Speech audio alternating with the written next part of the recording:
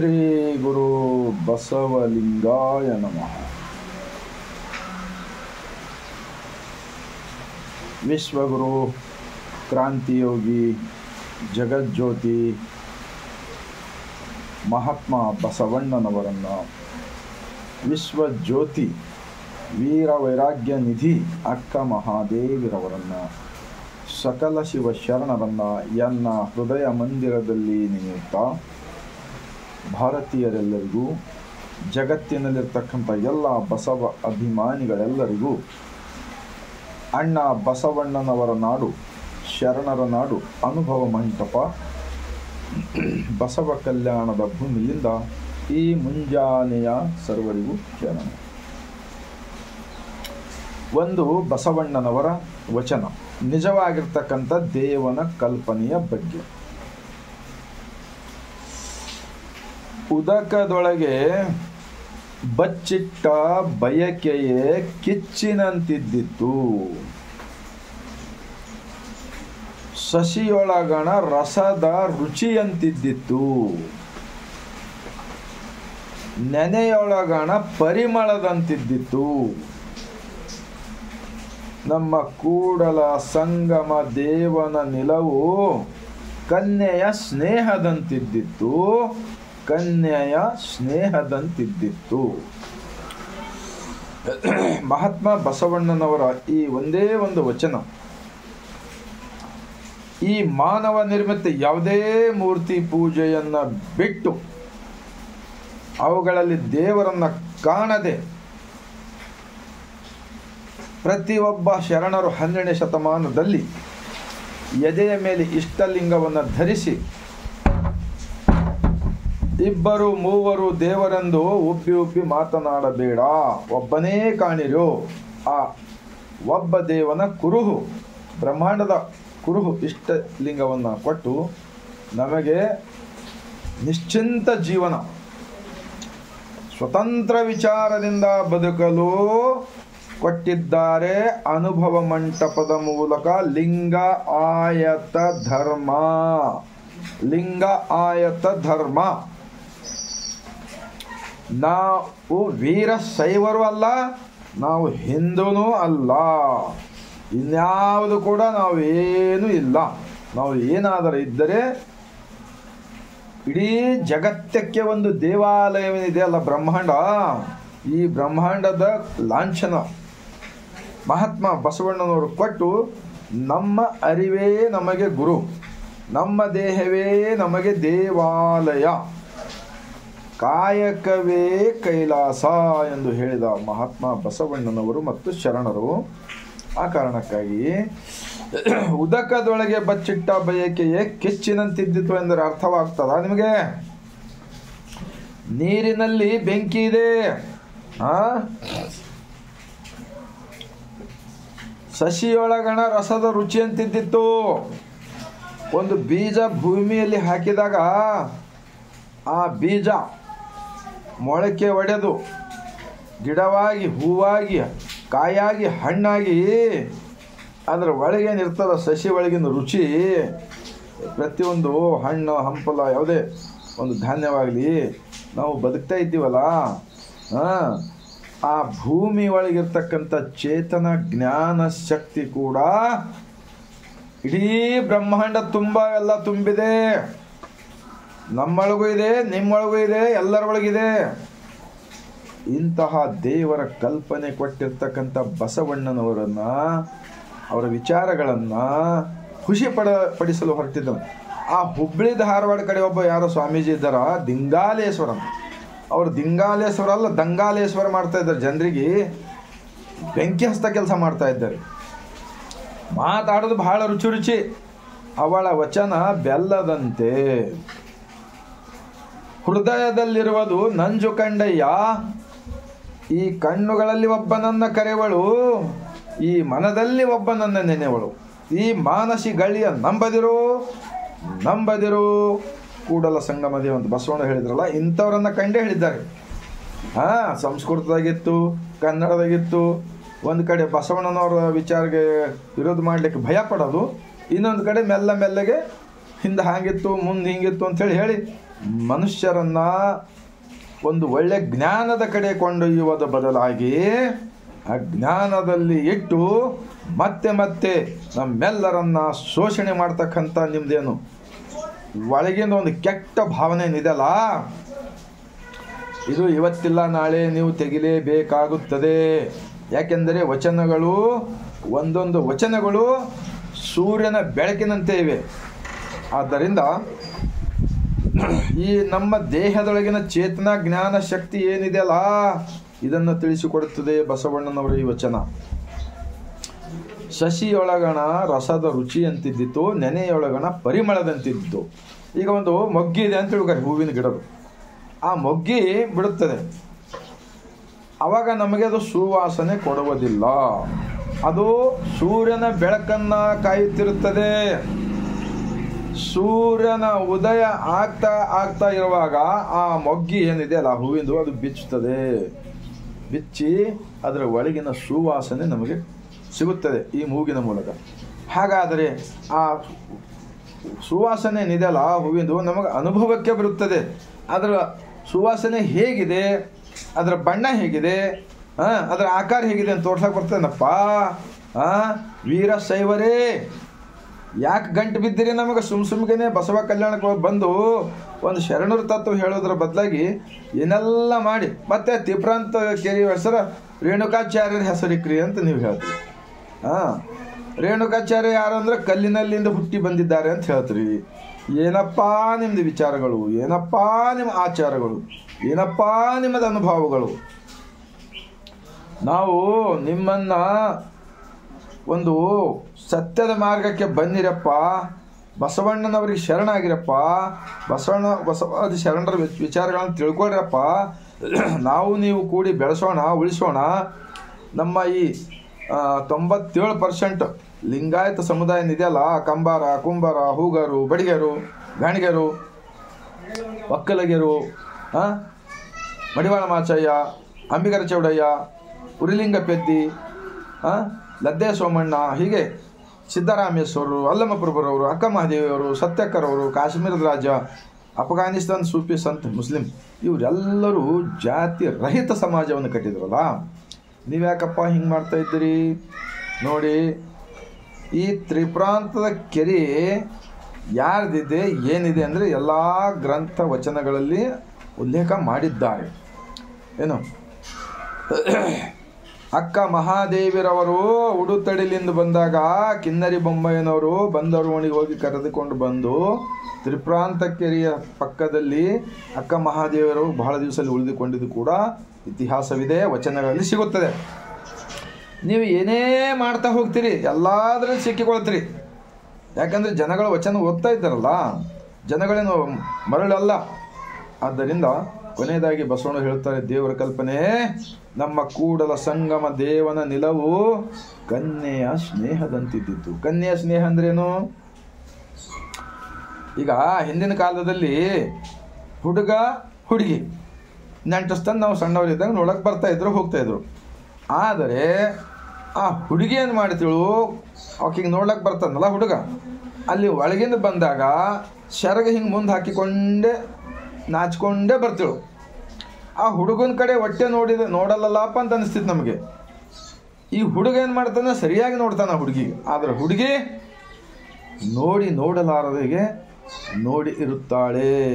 ಹಾಗೆಯೇ ಈ ದೇಹವೆಂಬ ದೇವಸ್ಥಾನದ ಒಳಗೆ ನಾವು ಏನೆಲ್ಲ ಜನರಿಗೆ ಮೋಸ ಮಾಡ್ತಾ ಇದ್ದೀವಲ್ಲ, ಅನ್ಯಾಯ ಮಾಡ್ತಾ ಇದ್ದೀವಲ್ಲ, ದೇವರು, ಧರ್ಮ, ಜಾತಿ, ಮೂಢ, ರೂಢಿ, ಈ ಹಲವು ದೈವಗಳು, ಈ ದೇವಿ ಶಕ್ತಿ ಮಾತಾ ಅಂಥೇಳಿ ಮೈ ಕಚ್ಚಿ ಹಗಲು ರಾತ್ರಿ ಮಾಡ್ತಾ ಇದ್ರಲ್ಲಪ್ಪ.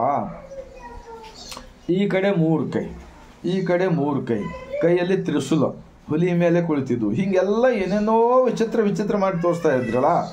ಒಂದು ಕಲಾಕಾರದ ಆ ಥರ ಯಾರೋ ಹುಟ್ಟುತ್ತಾರೇನಪ್ಪ ನೀವೇ ಹೇಳಿ. 3 ಕೈಗಳು ಇದ್ದವರು, ಈಗ ಮತ್ತು ಸೊಂಡಿಲಿದ್ದಿದ್ದು, ಹೀಗೆಲ್ಲ ಅನೇಕ ವಿಚಿತ್ರ ಇದೆ. ಜನರ ತಲೆಯಲ್ಲಿ ಸುಳ್ಳು ದೇವರ ಕಲ್ಪನೆಯನ್ನು ಹಾಕಿ ಅವರೆಲ್ಲರಿಗೂ ಭಯಪಡಿಸ್ತಕ್ಕಂಥದ್ದು ಮಾಡಿರಲ್ಲಪ್ಪ. ಇಂಥದ್ದೆಲ್ಲ ನೋಡಿನೇ ಬಸವಣ್ಣನವ್ರು ಏನು ಹೇಳ್ತಾರೆ, ದೇವರ ಕಲ್ಪನೆ ಹೇಗಿದೆ ಅಂಥೇಳಿ ನಾನು ಒಂದು ವಚನ ಹೇಳಿ ನನ್ನ ವಿಚಾರ ಮುಗಿಸ್ತಾ ಇದ್ದೀನಿ. ಬಸವಣ್ಣನವರ ವಚನ, ದೇವರ ಕಲ್ಪನೆ ಹೇಗಿದೆ. ನಮ್ಮ ದೇವರು ಲಿಂಗಾಯತ ದೇವರು ಹೇಗಿದ್ದಾನೆ? ಪ್ರಣವಾರೂಢನು, ಪ್ರಣವ ಸ್ವರೂಪಿಯನು, ಪ್ರಣವ ಷಡಂಗ ಸಮರಸ, ನಮ್ಮ ಕೂಡಲ ಸಂಗಮ ದೇವರು.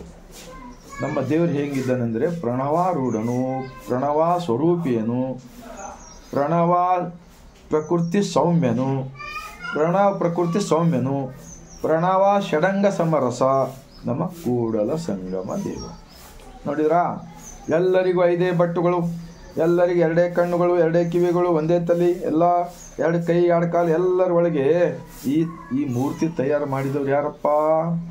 ನಿಮ್ಮ ಈ 33 ಕಾಲ್ಪನಿಕ ದೇವರುಗಳು ನಮ್ಮನ್ನು ದೇವರವ ನಾವು. ನಿಮಗೆ ಅಂದ್ರೆ ಸ್ವಲ್ಪ ವಚನಗಳನ್ನು ಓದ್ರಿ. ಯಾಕೆ ಯುವಕರನ್ನು ದಾರಿ ತಪ್ಪಿಸ್ತಾ ಇದ್ದೀರಪ್ಪ? ನಾನು ಈ ಪದೇ ಪದೇ ಯಾಕೆ ಹೇಳ್ತಾ ಇದ್ದೆ ಅಂದರೆ, ಮತ್ತೆ ತೀವ್ರಾಂತಿಕೆರಿಯಲ್ಲಿ ರೇಣುಕಾಚಾರ್ಯ ಹೆಸರಿಡಬೇಕಂಥೇಳಿ ನಮ್ಮ ಶರಣ ಸಾಹಿತ್ಯ ಅಧ್ಯಕ್ಷರ ಒಂದು ಸ್ಟೇಟ್ಮೆಂಟ್ ಬಂದಿದೆ. ಅಲ್ಲಿ ಯಾರೋ ಹೇಳಿದ್ರಂತಪ್ಪ, ಹೀಗೆಲ್ಲ ಮಾಡೋದ್ರಲ್ಲಿಂದು ಬಸವಣ್ಣನವರು ಒಂದು ಒಳ್ಳೆಯ ವಿಚಾರಗಳನ್ನು ಕೊಟ್ಟಿದ್ರು. ಅವರು ಏನಾದರೂ ಪ್ರಾಪರ್ಟಿ ನಿಮ್ಮ ಹಾಗೆ ಕೋಟಿಗಟ್ಟಲೆ ದುಡ್ಡು ಜಮಾ ಮಾಡಿ ದೊಡ್ಡ ದೊಡ್ಡ ಕುರ್ಚಿ ಮೇಲೆ ಕುಂತು ನಮ್ಮ ಶರಣರಿಗೆ ಕೆಳಗೆ ಕೂಡಿಸಿದಾರಾ? ತುರ್ಗಾಯಿ ರಾಮಣ್ಣನಿಗೆ ಅಪ್ಪಿಕೊಂಡರು. ಹರಳಯ್ಯನವರು ಬಸವಣ್ಣನವರು ಬೆಜ್ಜಳ ರಾಜನ ಅರಮನೆಗೆ ಹೋಗ್ತಾ ಇದ್ದಾಗ ಹರಳಯ್ಯನವರು ಶರಣು ಅಣ್ಣವರಿಗೆ ಅಂಥೇಳಿ ಹೇಳಿದರು. ಬಸವ ಕಲ್ಯಾಣ ಇದೇ ಭೂಮಿ ಮೇಲೆ ಬಸವಣ್ಣನವರು ಏನು ಹೇಳಿದರು, ಕುದುರೆ ಮೇಲಿದ್ದವರು ಕೆಳಗೆ ಇಳಿದು ಹರಳಯ್ಯನವರನ್ನು ಅಪ್ಪಿಕೊಂಡು ಪ್ರೀತಿಲಿಂದ ಶರಣಾರ್ಥಿ ಶಿವಶರಣ ಹರಳಯ್ಯನವರಿಗೆ ಶರಣಾರ್ಥಿ ಅಂತ ಹೇಳಿದ್ರು. ಆವಾಗ ಹರಳಯ್ಯನವರು ಎಷ್ಟು ಸಂತೋಷಪಟ್ಟು ಸಂತೋಷದ ಕಣ್ಣೀರು ಅದನ್ನು ಮನೆಯಲ್ಲಿ ಹೋಗಿ ನಮ್ಮಂಥ ಕೆಳಗೆ ಬಿದ್ದವರನ್ನು ಮೇಲೆತ್ತಿ ನಮ್ಮೆಲ್ಲರನ್ನ ಸ್ವತಂತ್ರ ವಿಚಾರದಿಂದ ಬದುಕಲು ಕೊಟ್ಟಿದ್ದ ಮಹಾತ್ಮ ಬಸವಣ್ಣನವರು. ಅವ್ರ ಪತ್ನಿಗೆ ಹೇಳ್ತಾರೆ, ನಮಗೆ ಬಸವಣ್ಣನವರು 2 ಸಲ ಶರಣಂದರು ಅಂದಾಗ ಭಾಳ ದುಃಖ ಪಡ್ತಾ ಇದ್ದಾರೆ ಖುಷಿನಿಂದ. ಅವಾಗ ಅವರು ಹರಳಯ್ಯನವ್ರ ಪತ್ನಿ ಏನು ಹೇಳಿದ್ರು, ಇಷ್ಟಾಕೆ ಮಾಡ್ತಾ ಇದ್ರಿ, ನಮ್ಮ ಕಾಯಕವೇ ಒಂದು ಪಾದರಕ್ಷೆ ಮಾಡ್ತಕ್ಕಂಥವೇ, ನಮ್ಮ ಎಡತೊಡೆ ನಿಮ್ಮ ಬಲತೊಡೆ ಒಂದು ಚರ್ಮವನ್ನು ತೆಗೆದು ಬಸವಣ್ಣನವರಿಗೆ ನಮ್ಮ ಅಹಂಕಾರ 2 ಸಲ ಶರಣ ಸ್ವೀಕಾರ ಮಾಡಿದಕ್ಕಾಗಿ ಹೋಗಲಿ ಅಂಥೇಳಿ ಪಾದರಕ್ಷೆ ಮಾಡಿ ಬಸವಣ್ಣನವರು ಕೊಡ್ತಕ್ಕಂಥದ್ದು ತೆಗೆದುಕೊಂಡು ಹೋಗ್ತಾ ಇದ್ದಾಗ ಮಧುವರ್ಷ ಬ್ರಾಹ್ಮಣ ಆ ಹರಳಯ್ಯನವರು ಏನು ಇದು ಮಾಡಿದ್ರಲ್ಲ, ನನಗೆ ಕೊಡು ಅಂತ ಹೇಳಿದ್ರು. ಅಲ್ಲಪ್ಪ, ಇದು ಬಸವಣ್ಣನವ್ರಿಗೆ ತಗೊಂಡು ಹೋಗ್ತಾ ಇದ್ದೀನಿ ಸರ್ ಗುರು ಅಂಥೇಳಿ ಹೇಳಿದ್ರು. ಯಾಕಂದರೆ ಅಹಂಕಾರಿ ಜನಗಳು. ಆ ನಂತರ ಅದು ಬಸವಣ್ಣನವ್ರಿಗೆ ಸಲ್ತಕ್ಕಂಥದ್ದು ನಿಮ್ಗಲ್ಲ ಅಂತ ಹೇಳಿದ್ರು ಕೂಡ ಒತ್ತಾಯ ಮಾಡಿ ಪಡೆದಾಗ ಅವನ ಮೈಯೆಲ್ಲ ಉರಿಯಾಗಿ ಮೈಯೆಲ್ಲ ಗುಳ್ಳಿಗಳು ಬಂದು ಹಗಲು ರಾತ್ರಿ ಮಲ್ಕೋತಾ ಇದ್ದಿಲ್ಲ, ಅಷ್ಟು ನೋವಾಗ್ತಿತ್ತು ಅವನಿಗೆ. ಯಾರಿಗೆ? ಬ್ರಾಹ್ಮಣ ಮಧುವರಸೆಗೆ. ಆ ನಂತರ ಅವರ ಅಹಂಕಾರವನ್ನು ತೆಗೆಯುವ ಸಲುವಾಗಿ ಸಮಗಾರ ಹರಳಯ್ಯ ಈ ಬ್ರಹ್ಮಾಂಡದಲ್ಲಿ ಈ ಭೂಮಿಯ ಮೇಲೆ ನಿಜವಾಗಿರ್ತಕ್ಕಂಥ ಶಿವಭಕ್ತರಿಗೆ ಇದ್ದರು. ಲಿಂಗಾನಿಷ್ಠವಂತರು, ಏಕದೇವೋಪಾಸಕರು, ಕಾಯಕವೇ ಕೈಲಾಸ ನಂಬಿದವರು, ಬಸವಣ್ಣನವರು ಗುರು ಎಂದು ಒಪ್ಪಿದವರು. ಅಂಥವರಿಗೆ ಆ ಮಧುವರ್ಷ ಈ ಥರ ಮಾಡಿದಿರುವುದರಿಂದ ಅವನು ಅಹಂಕಾರ ಆ ಹರಳಯ್ಯನವರ ಕಾಯಕದ ಒಂದು ಪಾದರಕ್ಷೆ ಮಾಡ್ತಕ್ಕಂಥ ನೀರಿನಿಂದ ನೀವು ನಿಮ್ಮ ಅಹಂಕಾರ ಹೋಗಬೇಕಾದರೆ ನಮ್ಮ ಶಿವಶರಣರ ಅವರಿಗೆ ಶರಣಾಗಿ ಅವರ ಆ ನೀರಿನಿಂದ ಸ್ನಾನ ಮಾಡಿದರೆ ಹೋಗುತ್ತೆ ಅಂತ ಹೇಳಿದಾಗ ಹೋದಾಗ ಅವನ ಅಹಂಕಾರ ಬಿಟ್ಟು ಅನುಭವ ಮಂಟಪದಲ್ಲಿ ಬಸವಣ್ಣನವರಿಂದ ಇಷ್ಟಲಿಂಗವನ್ನು ಪಡೆದು, ಅಂದರೆ ಬಸವಾದಿ ಶರಣರ ಸಮಯದಲ್ಲಿ ದೀಕ್ಷೆ ನೀ ಕೊಟ್ಟ ನಾ ಕೊಟ್ಟ ನಿದ್ದಿಲ್ಲ, ಅವರ ವಚನಗಳೇ ದೀಕ್ಷವಾಗಿದ್ದವು. ಪ್ರತಿಯೊಬ್ಬರೂ ಎದೆ ಮೇಲೆ ಇಷ್ಟಲಿಂಗ, ರುದ್ರಾಕ್ಷಿ, ಹಣೆ ಮೇಲೆ ವಿಭೂತಿ ಧರಿಸ್ತಕ್ಕಂಥ ಕಡ್ಡಾಯವಾಗಿ ಅಲ್ಲಿತ್ತು. ಅವರವರೇ ಧರಿಸ್ಕೊಳ್ತಾ ಇದ್ರು, ಈಗಲೂ ಕೂಡ ಆಗುತ್ತದೆ. ಆದರೆ ಇಷ್ಟಲಿಂಗದ ಪರಿಕಲ್ಪನೆ ಕೊಟ್ಟವರು ಇಡೀ ಜಗತ್ತಿಗೆ ವಿಶ್ವಗುರು ಮಹಾತ್ಮ ಬಸವಣ್ಣನವರು ಅಂತ ಹೇಳಲು ಅನೇಕ ವಚನಗಳಿವೆ. ಆದ್ದರಿಂದ ಅಂತಹ ಒಂದು ಅಹಂಕಾರ ಹೋದಾಗ ಮಧುವರ್ಷ ತನ್ನ ಮಗಳನ್ನು ಕೊಟ್ಟು ಹರಳಯ್ಯನವರಿಗೆ ಮದುವೆ ಮಾಡಿದರು. ಆ ನಂತರ ಈ ಪಟ್ಟಭದ್ರ ಹಿತಾಸಕ್ತಿಗಳು, ಕುಲಗೇಡಿಗಳು, ಈ ಜಾತಿವಾದಿಗಳು, ಈ ಮನುವಾದಿಗಳು, ಈ ಸ್ವಾರ್ಥಿಗಳು, ಈ ಕುತಂತ್ರವಾದಿಗಳು ಅವಾಗ ಕೂಡ ಅದೇ ಮಾಡಿದರು. ಹೀಗಾಗಿ ಈಗಲೂ ಕೂಡ ಯಾರು ಮಾಡ್ತಾ ಇದ್ದಾರೆ ಅಂತಕ್ಕಂಥದ್ದು ಇವತ್ತ ಕರ್ನಾಟಕ ಅಷ್ಟೇ ಅಲ್ಲ, ಭಾರತ ಅಷ್ಟೇ ಅಲ್ಲ, ಜಗತ್ತಿನ ಮಾನವರೆಲ್ಲರೂ ಬಸವ ಕಲ್ಯಾಣದಲ್ಲಿ ಏನೇನು ನಡೀತಾ ಇದೆ ಎಲ್ಲವನ್ನು ಗಮನಿಸುತ್ತಿದ್ದಾರೆ. ಯಾಕೆಂದರೆ ಈ ಮೊಬೈಲ್ಗಳು ಏನು ಕೆಲಸ ಮಾಡ್ತವೆ ಅಂದರೆ ಇಡೀ ಜಗತ್ತೇ ತುಂಬ ಮಾತನಾಡಿಸುತ್ತವೆ. ಆದ್ದರಿಂದ ಇಂತಹ ಸಮಯದಲ್ಲಿ ಬಸವಾದಿ ಶರಣರ ತತ್ವಕ್ಕೆ ಅಪಚಾರ ಮಾಡುವುದಾಗಲಿ, ಅವರ ಸ್ಥಳಗಳಲ್ಲಿ ಮೂಢನಂಬಿಕೆಗಳನ್ನು ಮಾಡತಕ್ಕಂಥದ್ದಾಗಲಿ ಇದೆಲ್ಲವೂ ಬಿಡಬೇಕಾಗಿ ನಾವೊಬ್ಬನೇ ಹೇಳ್ತಾ ಇಲ್ಲ, ಅನೇಕ ಅನುಭಾವಿಗಳು ವಚನಗಳನ್ನು ಓದಿದವರು ಹೇಳ್ತಾ ಇದ್ದಾರೆ. ಒಂದು ವೇಳೆ ಏನಾರದ ಇಂಥದ್ದು ಕೆಲಸ ಮಾಡಿದೆ ಆದರೆ BKDB ಬಸವ ಕಲ್ಯಾಣ ಡೆವಲಪ್ಮೆಂಟ್ ಬೋರ್ಡ್, ಬಸವೇಶ್ವರ ಪಂಚ್ ಕಮಿಟಿಯವರು ಇವರೆಲ್ಲರೂ ಜವಾಬ್ದಾರರಾಗುತ್ತಾರೆ. ಶರಣರ ಸ್ಥಳಗಳಲ್ಲಿ ತಿರುಚುವ ಕಾರ್ಯ ಏನಾದರೂ ಮಾಡಿದ್ದರೆ ಅದು ಬಸವಾಭಿಮಾನಿಗಳು ಕೋಟಿ ಜನಗಳಿದ್ದಾರೆ, ಅವರು ನಿಮ್ಮನ್ನು ಟೀಕೆಗೆ ನೀವೆಲ್ಲರೂ ಗುರಿಯಾಗುತ್ತೀರಿ.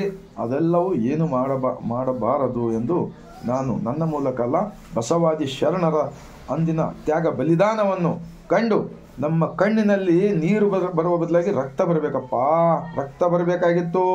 ಯಾಕೆ ಮೆರೆಸ್ಕೊಳ್ತಾ ಇದ್ರಿ ಬಸವ ಕಲ್ಯಾಣದಾಗ ಬಂದು? ಬಸವಣ್ಣನ ವಿಚಾರಗಳು ಶರಣಾಗಿದ್ದಾರೆ ಇವತ್ತು ನಾವೆಲ್ಲರೂ ಬಂದು ಕಾಲು ಬೀಳ್ತಾ ಇದ್ದೀವಿ, ನಿಮ್ಗೆ ಜೈಕಾರ ಹಾಕ್ತಾ ಇರ್ತೀವಿ. ನಿಜವಾಗಿ ಹೇಳ್ತೀನಿ ನಾನು, ಬಸವಣ್ಣನವರನ್ನು ಆ ವೇದಿಕೆ ಮೇಲೆ ಕುಂತು ತೆಳಗಿನ ಸಣ್ಣ ಕುರ್ಚಿ ಮೇಲೆ ಕೂಡಬೇಕಾಗಿತ್ತು, ದೊಡ್ಡ ಕುರ್ಚಿ ಮೇಲೆ ಕೂಡಬಾರ್ದಾಗಿತ್ತು. ನೀವು ಬೇರೆ ಊರಾಗ ಕುಳಿತರು ನಡೀತಿತ್ತು. ಬಸವ ಕಲ್ಯಾಣದಲ್ಲಿ ಬಸವಣ್ಣನವರು ಮಾದಾರ ಚೆನ್ನಯ್ಯನ ಮನೆಯ ಮಗ ನಾನು ಏನೆಲ್ಲ ಹೇಳಿದಾರಲ್ಲಪ್ಪ. ಶರಣರ ಮನೆಯ ಬಾಗಿಲು ಕಾಯುವ ನಾಯಿಯಾಗಿರಿಸು ಅಂತ ಯಾಕಂದಿದ್ದರು? ಅವರ ಉದ್ದೇಶ ಏನಿತ್ತಪ್ಪ ಅಂದರೆ ಎಲ್ಲರೂ ಒಬ್ಬ ದೇವನ ಮಕ್ಕಳೆಂದು ಒಪ್ಪಿಕೊಂಡು ಆಚರಣೆಯಲ್ಲಿ ಮಾಡ್ತಕ್ಕಂಥವರೆಲ್ಲರನ್ನ ಸಂತೋಷಪಟ್ಟು ಅವರು ಈ ಥರ ವಚನಗಳನ್ನು ಬೇಕಾದಷ್ಟು ಹೇಳಿದ್ದಾರೆ. ನಾನು ಒಂದೇ ವಿನಂತಿ ಮಾಡಿಕೊಳ್ಳುತ್ತೇನೆ, ಇದೇ ಬಸವ ಕಲ್ಯಾಣದ ಭೂಮಿಲಿಂದ ನೀವೆಲ್ಲರೂ ಕಾಶ್ಮೀರದ ರಾಜ ಅಂತ ಬಂದು ಬಸವಣ್ಣವ್ರ ವಿಚಾರಕ್ಕೆ ಶರಣಾಗಿದ್ದಾರಲ್ಲಪ್ಪ. ಈ ಮೋಳ್ಕೆರೆ ಮೇಲೆ ಅವ್ರ ಗವಿ ಇದೆ, ಮತ್ತು ಅದ್ರ ಮೇಲೆ ಗುಡಿ ಕಟ್ಟಿದ್ರಿ. ಬಸವ ದ್ರೋಹ ಬಗಿಲಿಕ್ಕೆ ನಿಮಗೆ ಬೇಕಾದಷ್ಟು ಮಾಡಿರಿ, ಅನ್ಯಾಯ ಮಾಡಿರಿ. ಬಸವಾದಿ ಶರಣರ ತತ್ವ ಗುಡಿಗುಂಡಾರಗಳ ತತ್ವ ಅಲ್ಲವೇ ಅಲ್ಲ. ನಿಮ್ಮ ದಸರಾ ದರ್ಬಾರದಲ್ಲಿ ನನ್ನನ್ನು ಕರೆಸಿರಿ, ನನ್ನ ಹತ್ತಿರ ಬೇಕಾದಷ್ಟು ವಚನಗಳಿವೆ, ನೀವೆಲ್ಲ ಏನೇನು ತಪ್ಪು ಮಾಡ್ತಾ ಇದ್ರಿ ಎಂಬುದು ಕೂಡ ಎಲ್ಲವೂ ಇದೆ. ನಾನು ಒಂದೇ ವಿನಂತಿ ಮಾಡಿಕೊಳ್ತೇನೆ, ನಾವೆಲ್ಲರೂ ಮಾನವರು ಒಂದಾಗಿ ಬದುಕೋಣ. ಅದು ಅನುಭವ ಮಂಟಪದ ಲಿಂಗಾಯತ ಧರ್ಮದ ತತ್ವಕ್ಕೆ ಶರಣಾಗಿ ಬದುಕಿದರೆ ಮಾತ್ರ ನಿಮಗೂ ಕಲ್ಯಾಣವಾಗುತ್ತದೆ, ನಮಗೂ ಕಲ್ಯಾಣವಾಗುತ್ತದೆ, ಭಾರತ ದೇಶದೆಲ್ಲರಿಗೂ ಕಲ್ಯಾಣವಾಗುತ್ತದೆ, ಜಗತ್ತವೇ ಕಲ್ಯಾಣವಾಗುತ್ತದೆ. ನಾ ಗ್ಯಾರಂಟಿಯಿಂದ ಹೇಳ್ತಾ ಇದ್ದೀನಿ. ಆದ್ದರಿಂದ ಬಸವಣ್ಣನವರ ಬಿಟ್ಟರೆ ಲಿಂಗಾಯತಿಲ್ಲ, ಲಿಂಗಾಯತೆಂದರೆ ಬಸವಣ್ಣ. ಈ ಅಂತಿಮ ಸತ್ಯ ಎಷ್ಟು ಸೂರ್ಯನ ಬೆಳಕಿದೆ ಅಲ್ಲ ಅಷ್ಟೇ ಸತ್ಯ ಇರುತ್ತದೆ ಎಂದು ಹೇಳುತ್ತಾ ಕೊನೆಯದಾಗಿ ತಮ್ಮೆಲ್ಲರಿಗೂ ಈ ವಚನದ ವಿಡಿಯೋ, ಭಾಳಷ್ಟು ಜನಗಳು ವಚನಗಳು ಓದುವುದಿಲ್ಲ, ನಿಮ್ಮ ಎಲ್ಲರಿಗೂ ಈ ಏನು ಹೇಳಿರ್ತೀನಲ್ಲ ಎಲ್ಲವೂ ಕೂಡ ನನ್ನ ಆತ್ಮಸಾಕ್ಷಿನಿಂದ ಹೇಳ್ತಾ ಇದ್ದೀನಿ. ಪ್ರತಿಯೊಂದು ಶಬ್ದಗಳು ವಚನಗಳ ಭಾವಾರ್ಥಗಳಿವೆ. ನನ್ನ ಶರೀರ ನಿಮಿತ್ತ ಮಾತ್ರ, ಆ ಭಾವ ಆ ವಚನಗಳು ನಮ್ಮ ಶರಣರ ವಚನಗಳು. ಅದು ನನ್ನ ಮುಖಾಂತರ ಈ ಶರೀರದ ಒಂದು ಮುಖಾಂತರ ಹೊರಗೆ ಹಾಕಿದ್ದೇನೆ. ಅವೆಲ್ಲವೂ ಕೂಡ ನನ್ನದು, ಇದರಲ್ಲಿ ಒಂದು ಕೂದಲೆಳೆನೂ ಕೂಡ ನನ್ನದೇನೂ ಇಲ್ಲ ಎಂದು ಹೇಳುತ್ತಾ ತಮ್ಮೆಲ್ಲರಿಗೂ 150 ಕೋಟಿ ಜನಸಂಖ್ಯೆ, ದೆಹಲಿಯಲ್ಲಿರ್ತಕ್ಕಂಥ ಇಂದಿನ ನಮ್ಮ ದೇಶದ ಪ್ರಧಾನಮಂತ್ರಿ ಜಿ ನರೇಂದ್ರ ಮೋದಿ ಜಿ ಇಂದ ಹಿಡಿದುಕೊಂಡು ರಾಷ್ಟ್ರಪತಿಗಳಿಂದ ಹಿಡಿದುಕೊಂಡು ಕರ್ನಾಟಕ, ಉತ್ತರ ಪ್ರದೇಶ, ಇಡೀ ಭಾರತ ದೇಶದಲ್ಲಿರ್ತಕ್ಕ ಎಲ್ಲ ರಾಜ್ಯಗಳ ಮುಖ್ಯಮಂತ್ರಿಗಳಿಗೆ, ಅಲ್ಲಿನ ರಾಜ್ಯಪಾಲರಿಗೆ, ಅಲ್ಲಿನ ಎಲ್ಲ ಮಂತ್ರಿಮಂಡಲದವರಿಗೆ, ಕೇಂದ್ರದಲ್ಲಿರ್ತಕ್ಕಂಥ ಎಲ್ಲ ಮಂತ್ರಿಮಂಡಲದವರಿಗೆ, ಅವರೆಲ್ಲರಿಗೂ ಕರ್ನಾಟಕದಲ್ಲಿರ್ತಕ್ಕಂಥ ಎಲ್ಲ ಈ ಲಿಂಗಾಯತ ಅನಿಸಿಕೊಂಡವರಲ್ಲಿ ಕೂಡ ಒಂದು ವಿನಂತಿ, ನೀವು ಕೂಡ ಇವತ್ತೇ ಬದಲಾವಣೆ ಆಗಿರಿ. ಹಣೆಯ ಮೇಲೆ ವಿಭೂತಿ, ಕೊರಳಲ್ಲಿ ಇಷ್ಟಲಿಂಗ, ರುದ್ರಾಕ್ಷಿಯನ್ನು ಧರಿಸಿ ಒಬ್ಬ ಶರೀರವೇ ದೇವಾಲಯ ಎಂದು ಒಪ್ಪಿಕೊಂಡು ಬದುಕಿದರೆ ನಿಜಕ್ಕೂ ನಮ್ಮ ಭಾರತ ದೇಶ ಇಡೀ ಜಗತ್ತೇವೆ ಒಂದು ಸುಂದರಮಯ ದೇಶವನ್ನು ಕಟ್ಟಲು ಬರುತ್ತದೆ, ಸಕಲ ಜೀವಾತ್ಮರಿಗೆ ಲೇಸನ್ನು ಬಯಸಲು ಬರುತ್ತದೆ ಎಂದು ಹೇಳುತ್ತಾ ಮತ್ತೊಮ್ಮೆ ಬಸವನಾಡಿನಿಂದ ಸರ್ವರಿಗೂ ಬಾಗಿದ ತಲೆ ಮುಗಿದ ಕೈಯಿಂದ ಶರಣ.